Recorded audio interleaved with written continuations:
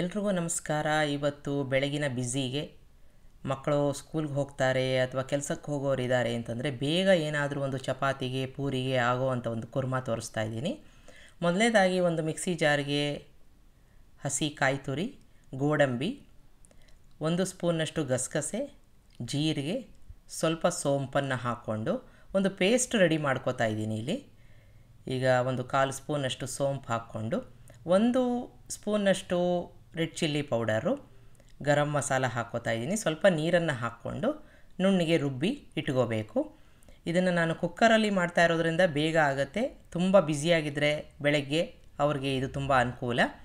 ಈಗ ಕುಕ್ಕರ್ಗೆ ಎಣ್ಣೆ ಹಾಕ್ಕೊಂಡಿದ್ದೀನಿ. ಚೆನ್ನಾಗಿ ಕಾದ ನಂತರ 2 ಚೂರು ದಾಲ್ಚಿನ್ನಿ, 1 ಪುಲಾವ್ ಎಲೆ ಹಾಕ್ಕೋತಾ ಇದ್ದೀನಿ.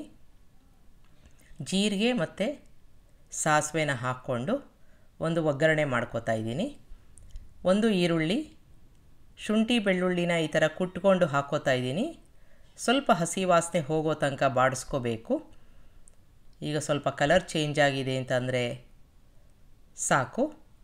ಇದಕ್ಕೆ ಟೊಮೆಟೊ ಹಾಕ್ಕೋತಾ ಇದ್ದೀನಿ, ಅದ್ರ ಜೊತೆಗೆ ಅರಿಶಿನ.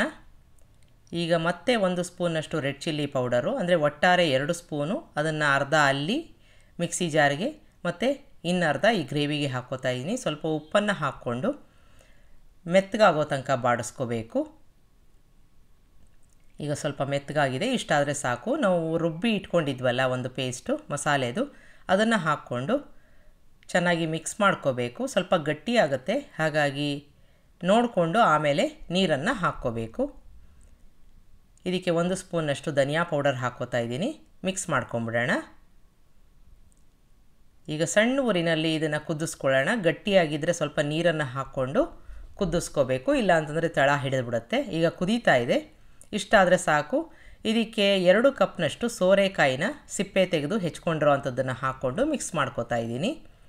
ತುಂಬ ರುಚಿಯಾಗಿರುತ್ತೆ, ತುಂಬ ಸರಳ ಕೂಡ ಮಾಡೋ ಅಂಥದ್ದು. 1 ಗ್ಲಾಸಷ್ಟು ನೀರನ್ನು ಹಾಕ್ಕೋತಾ ಇದ್ದೀನಿ. ಒಂದೇ ಒಂದು ವಿಷಲ್ ಸಾಕು. ಪೂರ್ತಿ ಸ್ಟೀಮು ತಂತಾನೇ ಇಳಿದ ಮೇಲೆ ಅದನ್ನು ನೀವು ಸರ್ವ್ ಮಾಡ್ಕೋಬೋದು. ತುಂಬ ಮೆತ್ತಗೆ ಬೇಯಿಸ್ಕೊಳ್ಳೋದು ಬೇಡ. ಈಗ ಆಗಿದೆ. ಇದಕ್ಕೆ ಕೊನೆಯದಾಗಿ ಕೊತ್ತಂಬರಿ ಸೊಪ್ಪು ಹಾಕ್ಕೋತಾ ಇದ್ದೀನಿ. ಮಿಕ್ಸ್ ಮಾಡಿಕೊಂಡು ಚಪಾತಿಗೆ, ಪೂರಿಗೆ, ಲಂಚ್ ಬಾಕ್ಸ್ಗೆ ಬೇಗ ಆಗುವಂಥದ್ದು ಒಂದು ಸಲ ಮಾಡಿ ನೋಡಿ. ರುಚಿ ಕೂಡ ಅಷ್ಟೇ ಚೆನ್ನಾಗಿರುತ್ತೆ. ಹೆಚ್ಚೋದು ಕೂಡ ತರಕಾರಿ ತುಂಬ ಸುಲಭ. ನಿಮಗೆ ರೆಸಿಪಿ ಇಷ್ಟ ಆದಲ್ಲಿ ಲೈಕ್ ಮಾಡಿ, ಶೇರ್ ಮಾಡಿ, ಕಮೆಂಟ್ ಮಾಡಿ, ನನ್ನ ಚಾನಲ್ಗೆ ಸಬ್ಸ್ಕ್ರೈಬ್ ಮಾಡಿ. ನಮಸ್ಕಾರ.